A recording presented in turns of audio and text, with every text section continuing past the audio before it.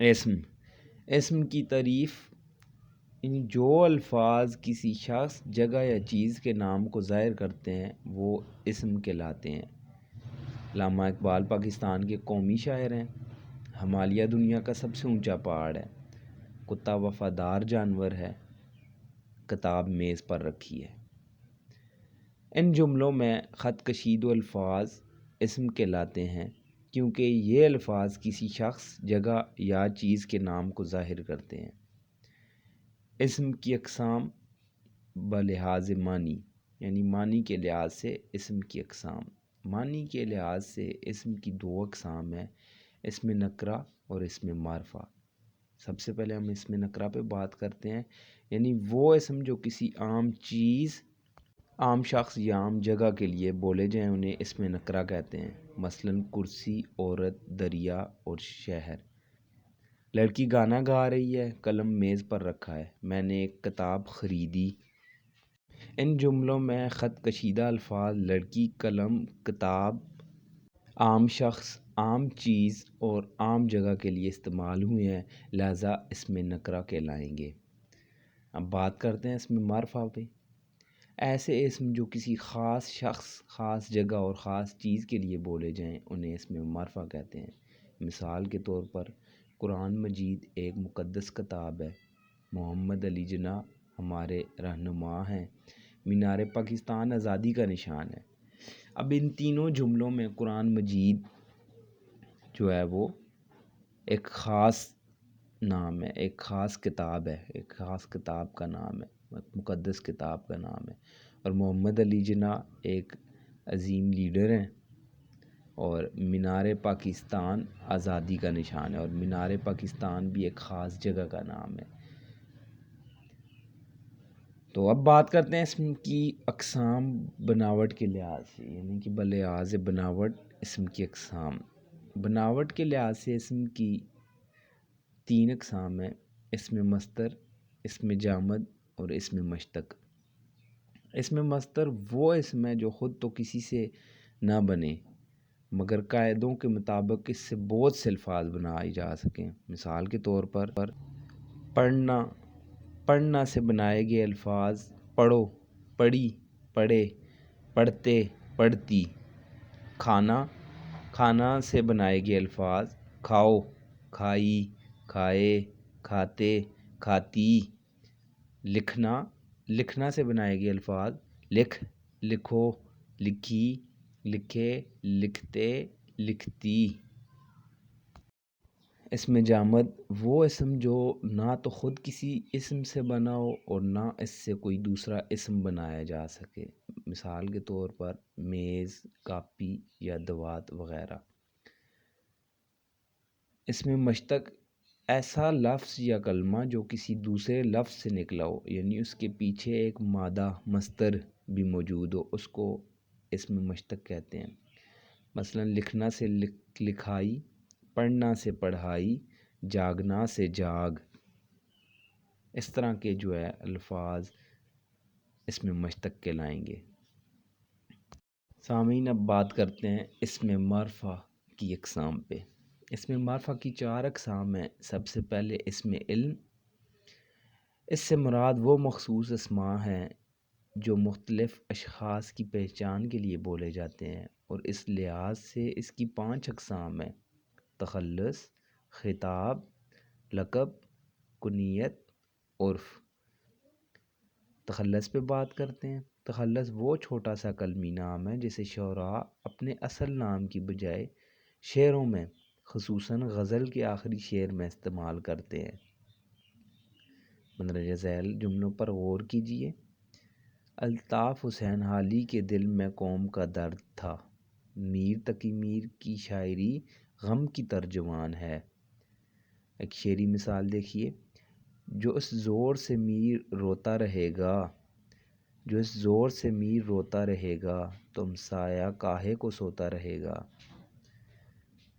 اسد اللہ خان غالب اردو اور فارسی کے عظیم شاعر تھے، اور ان جملوں میں حالی، میر اور غالب شاعروں کے تخلص ہیں۔ یعنی اب بات کرتے ہیں خطاب پہ۔ خطاب عزت اور قابلیت کا وہ نام ہے جو کسی کو اس کی خدمت، بہادری اور قابلیت کی بنا پر حکومت کی طرف سے ملتا ہے۔ مثال کے طور پر شمس العلماء مولوی نذیر احمد دہلوی اردو کے پہلے ناول نگار ہیں۔ شفاء الملک حکیم محمد حسن قرشی ایک مشہور طبیب تھے۔ ان مثالوں میں مولوی نذیر احمد کو علم کی روشنی پھیلانے کی وجہ سے شمس العلماء یعنی کہ علماء کا سورج کا خطاب دیا گیا۔ اسی طرح حکیم محمد حسن قرشی ایک طبیب تھے، انہیں شفاء الملک کا خطاب دیا گیا۔ اہم بات ذہن نشین کر لیجئے، آج کل خطاب کی بجائے اعزاز کا لفظ بولا جاتا ہے۔ جو شخص کوئی بڑا کارنامہ یا قومی خدمت بجا لاتا ہے اسے حکومت کی طرف سے اعزاز یعنی تمغہ سے نوازا جاتا ہے۔ مثلاً میجر عزیز بھٹی کو نشان حیدر سے نوازا گیا۔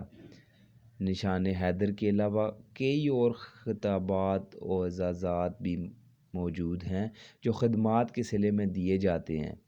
مثلاً ستارہ خدمت، تمغہ امتیاز، ہلال پاکستان، ستارہ امتیاز وغیرہ۔ بات کرتے ہیں لقب پہ، وہ نام جو کسی وصف یا خوبی کی وجہ سے لوگوں کی زبان پر آتے ہیں لقب کہلاتے ہیں۔ مثال کے طور پر حضرت ابراہیم خلیل اللہ علیہ السلام نے خانہ کعبہ کی تعمیر کی تھی۔ حضرت موسیٰ کلیم اللہ علیہ السلام کو اللہ تعالیٰ سے ہم کلام ہونے کا شرف حاصل ہوا۔ حضرت علی حجویری کو گنج بخش بھی کہتے ہیں۔ قائد اعظم محمد علی جناح پاکستان کے بانی تھے۔ ان مثالوں میں خلیل اللہ، کلیم اللہ، گنج بخش اور قائد اعظم ایسے اسم ہیں جو کسی خاص وصف یا خصوصیت کی وجہ سے استعمال ہوتے ہیں۔ اب ان مثالوں کی وضاحت کرتا چلوں۔ حضرت ابراہیم علیہ السلام کو خلیل اللہ یعنی اللہ کا دوست اس لیے کہا جاتا ہے کہ انہوں نے اللہ تعالیٰ کے ہر حکم کو ہمیشہ سر آنکھوں پر رکھا، یہاں تک کہ اللہ تعالیٰ کے حکم پر اپنے بیٹے حضرت اسماعیل علیہ السلام کو اپنے ہاتھ سے ذبح کرنے پر تیار ہو گئے۔ حضرت موسیٰ علیہ السلام کو کوہ طور پر خداوند تعالیٰ سے ہم کلام ہونے کا شرف حاصل ہوا، اس لیے انہیں کلیم اللہ یعنی اللہ سے باتیں کرنے والا کہا گیا ہے۔ اسی طرح حضرت علی حجویری رحمۃ اللہ علیہ کو اس لیے گنج بخش کہا جاتا ہے کہ انہوں نے لوگوں میں روحانی فیض کے خزانے بانٹے، اور محمد علی جناح نے مسلمان قوم میں اتحاد پیدا کر کے اسے ایک جھنڈے تلے جمع کیا اور نیا اسلامی ملک بنانے میں کامیاب ہوئے، اس لیے انہیں قائد اعظم کہا گیا۔ بات کرتے ہیں کنیت پہ، جو نام کسی رشتے کی بنا پر پکارے جاتے ہیں وہ کنیت کہلاتے ہیں۔ مثال کے طور پر حضرت عیسیٰ علیہ السلام کو ان کی والدہ کی نسبت سے ابن مریم کہا جاتا ہے۔ ام المومنین حضرت عائشہ صدیقہ رضی اللہ تعالی عنہا حضرت ابو بکر صدیق رضی اللہ عنہ کی بیٹی تھیں۔ حضرت عمر فاروق رضی اللہ عنہ کے والد کا نام خطاب تھا، اسی نام کی نسبت سے انہیں ابن الخطاب کہا جاتا ہے۔ بات کرتے ہیں عرف پہ، جو نام پیار سے پکارے جائیں اور جو نام مختصر ہو کر مشہور ہو جائیں اور جو کسی اچھائی یا برائی کی وجہ سے بولے جائیں انہیں عرف کہتے ہیں۔ مثلا ماں باپ پیار کی وجہ سے بیٹے کو پپو یا ببلی کہتے ہیں، بیٹی کو بی بی کہہ دیا تو سب لوگ بی بی ہی پکارنے لگے۔ اسی طرح کسی نام کو مختصر کر کے پکارا جاتا ہے، مثلا انور کو انو، شوکت کو شوکا یا سراج کو ساجا کہا جاتا ہے۔ عزیز طلبہ، بات کرتے ہیں اسم ضمیر پر۔ اسم ضمیر وہ لفظ جو کسی اسم کی جگہ استعمال ہو اسے اسم ضمیر کہتے ہیں۔ مثال کے طور پر اکبر 7ویں جماعت میں پڑھتا ہے، وہ صبح سویرے اٹھا، اس نے منہ ہاتھ دھویا، اس کے والد صاحب نے اسے پڑھنے کے لیے اخبار دیا۔ تھوڑی دیر کے بعد اکبر کا دوست اکرم آ گیا، اس نے اکبر سے کہا میں تمہارا انتظار کرنے کے بعد خود تم سے ملنے آ گیا ہوں، آج ہم مل جل کر اسکول کا کام مکمل کریں گے۔ ان جملوں میں اکبر کی جگہ وہ، اس، اسے، تمہارا اور اکرم کی جگہ میں، اور آخر میں اکبر اور اکرم دونوں کی جگہ ہم کا لفظ استعمال ہوا ہے۔ یہ سب الفاظ اصل ناموں کی جگہ استعمال ہوئے ہیں، اس لیے یہ اسم ضمیر کہلائیں گے۔ اسم ضمیر کی اقسام، اسم ضمیر کی 3 اقسام ہیں۔ سب سے پہلے ہم بات کرتے ہیں اسم ضمیر غائب۔ اسم ضمیر غائب وہ ان ایسے ناموں کے لیے استعمال ہوتے ہیں جو سامنے موجود نہ ہوں، انہیں اسم ضمیر غائب کہتے ہیں۔ اب بات کرتے ہیں اسم ضمیر حاضر پہ۔ تو، تم، آپ ان کے لیے استعمال کیے جاتے ہیں جو سامنے موجود ہوں، انہیں اسم ضمیر حاضر کہتے ہیں۔ اب اسم ضمیر متکلم وہ ضمیر جو بات کرنے والا شخص اپنے لیے استعمال کرتا ہے، جیسے میں، ہم، انہیں ہم اسم ضمیر متکلم کہتے ہیں۔ بات کرتے ہیں اسم اشارہ پہ۔ اسم اشارہ وہ اسم ہے جو دور اور نزدیک کی کسی چیز، جگہ یا شخص کی طرف اشارہ کرے، اور جس چیز کی طرف اشارہ کیا جائے اسے مشار الیہ کہتے ہیں۔ مثلا یہ درخت امرود کا ہے، وہ آدمی کمرے سے باہر گیا، یہ لڑکی ذہین ہے۔ ان مثالوں میں یہ اور وہ اسم اشارہ ہیں، جبکہ درخت، آدمی اور لڑکی مشار الیہ ہیں۔ اسم اشارہ کی اقسام، اسم اشارہ کی 2 اقسام ہیں، اسم اشارہ قریب، اسم اشارہ بعید۔ اسم اشارہ قریب یعنی وہ اسم جو کسی نزدیک کی چیز کی طرف اشارہ کرے، مثلا یہ، ان اسم اشارہ قریب ہیں۔ اسم اشارہ بعید وہ اسم جو کسی دور کی چیز یا جگہ کی طرف اشارہ کرے، مثلا وہ، ان۔ اب بات کرتے ہیں اسم موصول۔ اسم موصول وہ اسم ہے کہ جب تک اس کے ساتھ کوئی جملہ نہ ملایا جائے تب تک اس کے معنی پوری طرح سمجھ میں نہیں آتے۔ اسم موصول کو ضمیر موصولہ بھی کہتے ہیں۔ اب صلہ، اسم موصول کے بعد مطلب کو واضح کرنے والا جو جملہ آتا ہے اسے صلہ کہتے ہیں۔ جواب صلہ، اسم موصول اور صلہ کے بعد جو دوسرا جملہ بات کو مکمل کرنے کے لیے لایا جاتا ہے وہ جواب صلہ کہلاتا ہے۔ جو محنت کرتا ہے کامیاب ہو جاتا ہے۔ دی گئی مثال میں جو اسم موصول ہے، محنت کرتا صلہ ہے اور کامیاب ہو جاتا ہے جواب صلہ ہے۔ اسم موصول کی دیگر مثالوں میں جو کچھ، جو کوئی، جون سا، جنہیں، جون سی، جون سے، جن کا، جنوں، جس، جیسا، جیسی، جیسے، جتنا، جتنے اور جتنی شامل ہیں۔ اسم نکرہ کی اقسام پہ بات کرتے ہیں۔ جیسا کہ آپ جانتے ہیں کہ معنی کے لحاظ سے اسم کی 2 اقسام ہیں، اسم معرفہ اور اسم نکرہ۔ اسم معرفہ کسی خاص شخص، جگہ یا چیز کے نام کو کہتے ہیں، جبکہ اسم نکرہ کسی عام شخص، عام جگہ یا عام چیز کے نام کو کہتے ہیں۔ اسم نکرہ کی مشہور اقسام: اسم ذات، اسم فاعل، اسم مفعول، اسم حالیہ، اسم معاوضہ، اسم صفت اور اسم حاصل مصدر۔ سب سے پہلے اسم ذات پہ بات کرتے ہیں۔ اسم ذات وہ اسم ہے جس کے ذریعے ایک شے کی پہچان دوسری شے سے الگ کی سمجھی جائے، مثلا دن، رات، بچہ، مرد۔ اسم ذات کی اقسام پہ بات کرتے ہیں۔ اسم ذات کی مندرجہ ذیل اقسام ہیں، یعنی اسم جنس، اسم ظرف، اسم صوت، اسم آلہ، اسم مصغر یا تصغیر، اسم مؤخر، اسم جمع۔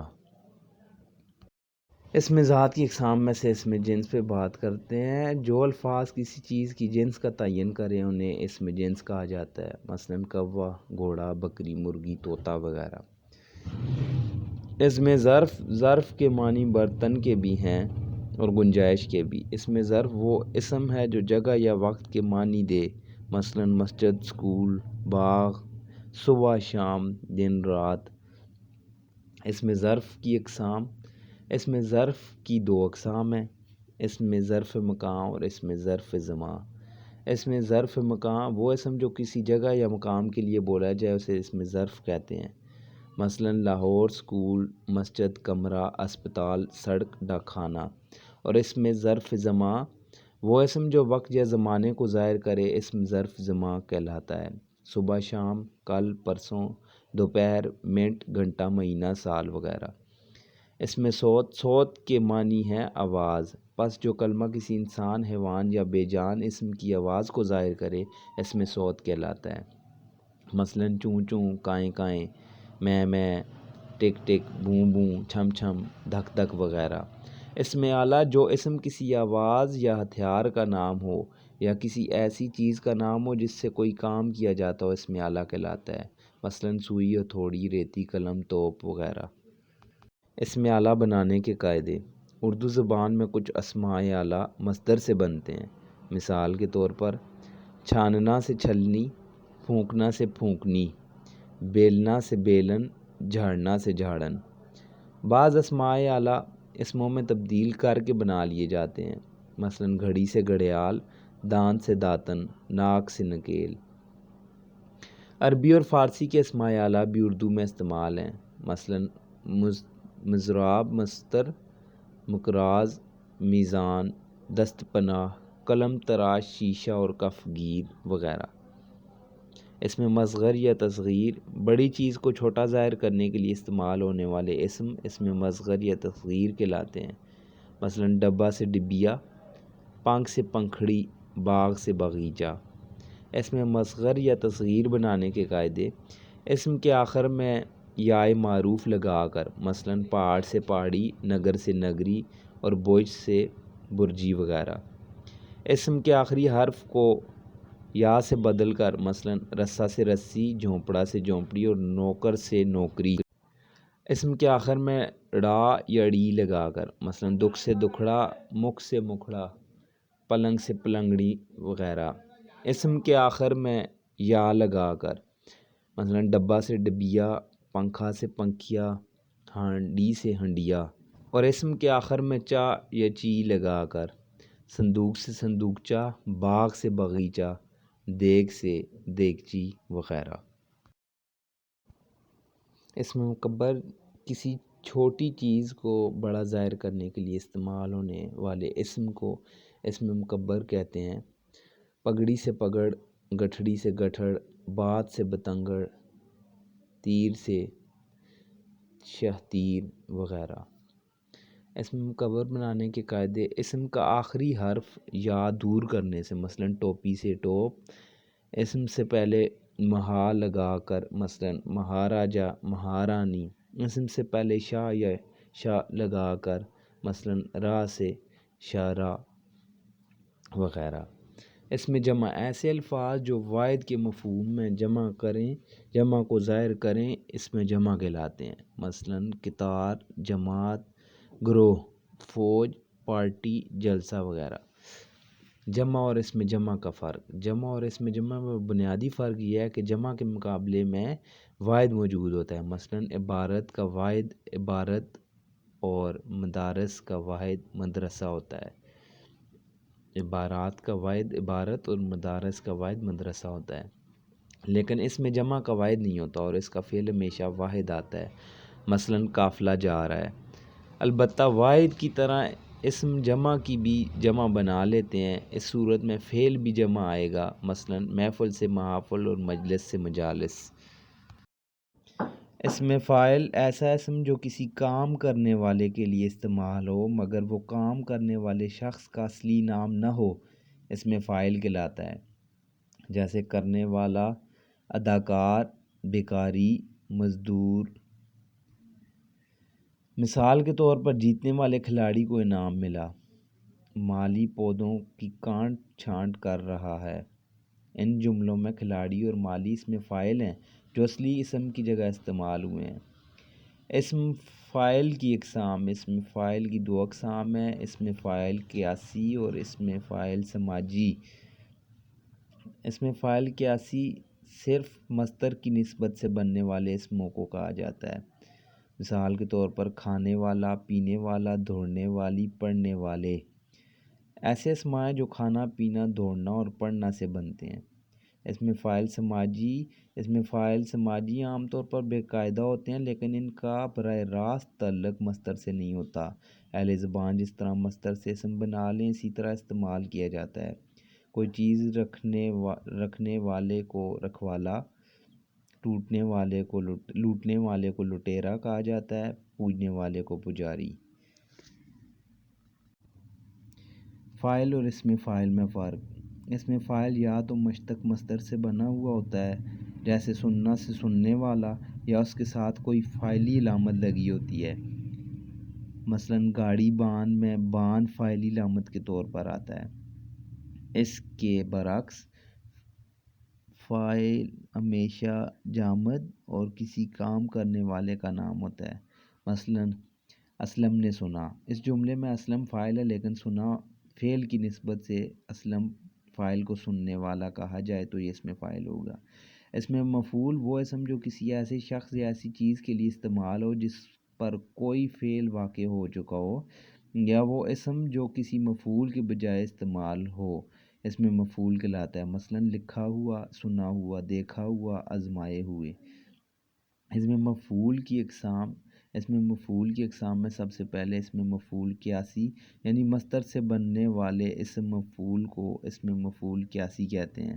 مثلا لکھنا سے لکھا ہوا، دیکھنا سے دیکھا ہوا، بھاگنا سے بھاگا ہوا وغیرہ۔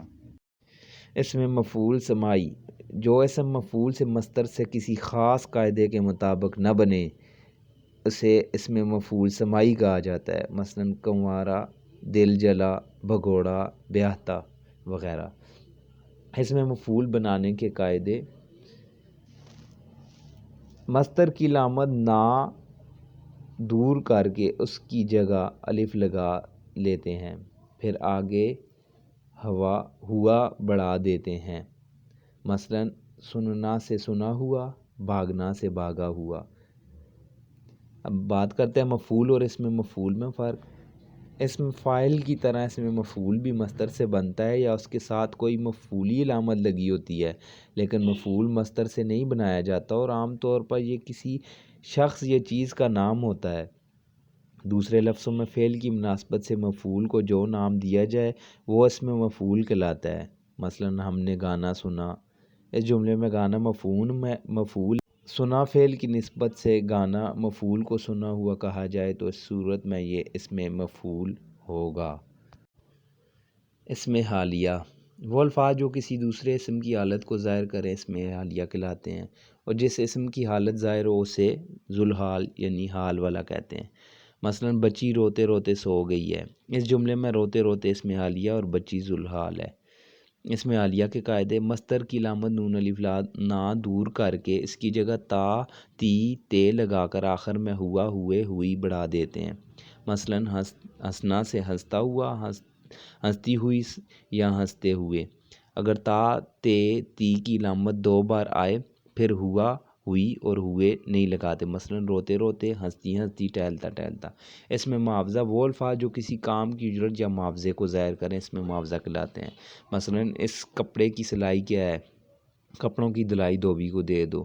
ان مثالوں میں سلائی اور دھلائی اس میں معاوضہ کہلاتے ہیں۔ اس میں معاوضہ بنانے کا قاعدہ: اس میں معاوضہ بنانے کے لیے متعدی مصدر کا نون الف نا دور کر کے آخر میں یا لگا دینے سے اس میں معاوضہ بن جاتا ہے۔ مثلا سلانا سے سلائی، دھلانا سے دھلائی، پکانا سے پکوائی وغیرہ۔ اس میں صفت اسم نکرہ کی ہی ایک قسم ہے۔ ایسے اسم جو کسی شخص یا کسی چیز کے وصف، حالت، خصوصیت یا کیفیت کو ظاہر کرتے ہیں انہیں اسم صفت کہتے ہیں۔ مثال کے طور پر شیر بہادر جانور ہے، اس باغ کے آم بہت میٹھے ہیں۔ لومڑی چالاک جانور ہے، گلاب کے پھول سرخ ہیں۔ اکبر بڑا بھائی اور اصغر چھوٹا، ہمیں اچھے لوگوں کی صحبت میں بیٹھنا چاہیے۔ ان مثالوں میں ان جملوں میں بہادر، سرخ، میٹھے، بڑا، چھوٹا، چالاک، اچھے سے کسی شخص یا چیز کی خوبی، حالت، خصوصیت اور کیفیت کا پتہ چل رہا ہے، اس لیے یہ اسم صفت کہلائیں گے۔ اس میں موصوف، جس میں کسی شخص یا چیز کا وصف بیان کیا ہو گیا اسے اسم موصوف کہتے ہیں۔ مثال کے طور پر شیر بہادر ہے، گلاب کے پھول سرخ ہیں۔ اس باغ کے آم بہت میٹھے ہیں، اکبر بڑا بھائی ہے اور اصغر چھوٹا۔ لومڑی چالاک جانور ہے، ہمیں اچھے لوگوں کی صحبت میں بیٹھنا چاہیے۔ ان جملوں میں شیر، گلاب، آم، اکبر، اصغر، لومڑی اور لوگوں اسم موصوف ہیں۔ اسم صفت کی اقسام میں سے سب سے پہلے صفت ذاتی ہے۔ صفت ذاتی وہ اسم صفت ہے جو موصوف کے متعلق اس کی کوئی ذاتی صفت بتائے۔ مثال کے طور پر اسلم شریف لڑکا ہے، اکبر بہت نڈر لڑکا ہے، ساجدہ ایک ہنسمکھ لڑکی ہے۔ جملوں میں شریف، نڈر اور ہنسمکھ افراد کی صفات ذاتی ہیں، صفات ذاتی اور موصوف ملتے ہیں تو مرکب توصیفی ہوتا ہے۔ مثلاً اوپر دیے گئے جملوں میں شریف لڑکا، نڈر لڑکا، ہنسمکھ لڑکی مرکب توصیفی ہیں۔ دوسری قسم صفت تفصیلی۔ صفت تفصیلی کی 3 درجے ہیں جو کہ مدرجہ ذیل ہے۔ بات کرتے ہیں صفت نسبتی۔ صفت نسبتی وہ اسم صفت ہے جو 2 اسموں کی نسبت کو ظاہر کرتا ہے۔ مثلاً قندھاری انار بہت میٹھا ہوتا ہے، ایرانی قلیم بہت قیمتی ہوتا ہے، نیلی بار کی بھینسیں بہت دودھ دیتی ہیں۔ مندرجہ بالا مثالوں میں میٹھے انار کی نسبت قندھار سے بتائی گئی ہے، قلیم کی نسبت ایران سے، بھینسوں کی نسبت نیلی بار سے ہے۔ اس طرح کی نسبت کو صفت نسبتی کہتے ہیں۔ صفت عددی۔ صفت عددی سے مراد وہ صفت ہے جس میں گنتی کو ظاہر کرنے والے اسم استعمال کیے جائیں۔ مثلاً خالد کے پاس 1000 روپے ہیں، سمیرہ 5ویں جماعت میں پڑھتی ہے، یہ وزن خالدہ سے دگنا ہے، میرا گھر خالد سے چوتھے نمبر پر ہے۔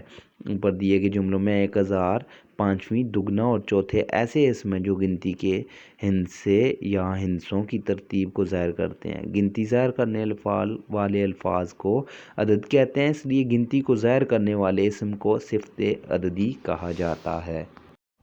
جو اسماء صفت کسی قسم کی مقدار کی طرف اشارہ کریں انہیں صفت مقداری کہتے ہیں۔ مثلاً اس قدر گرمی ہے کہ دل گھبرا رہا ہے، جتنی چادر ہو اتنے پاؤں پھیلاؤ، مہربانی کر کے مجھے تھوڑی سی چینی دے دو، چائے کے لیے سیر بھر دودھ کافی ہوگا۔ اوپر دیے گئے جملوں میں اس قدر، تھوڑی سی، جتنی، اتنے اور سیر بھر ایسے اسم ہیں جو مقدار کی طرف اشارہ کر رہے ہیں، اس لیے انہیں صفت مقداری کہیں گے۔ حاصل مصدر۔ جو اسم مصدر سے بنے اور اس میں مصدر کے معنی بھی پائے جائیں وہ حاصل مصدر کہلاتا ہے۔ بچانا سے بچت، ملانا سے ملاوٹ، چمکنا سے چمک۔ حاصل مصدر بنانے کے قاعدے: مصدر کا آخری حرف الف دور کر دینے سے، مثلاً جلنا سے جلن، تھکنا سے تھکن۔ اسی طرح باقی قاعدے درج ذیل ہیں۔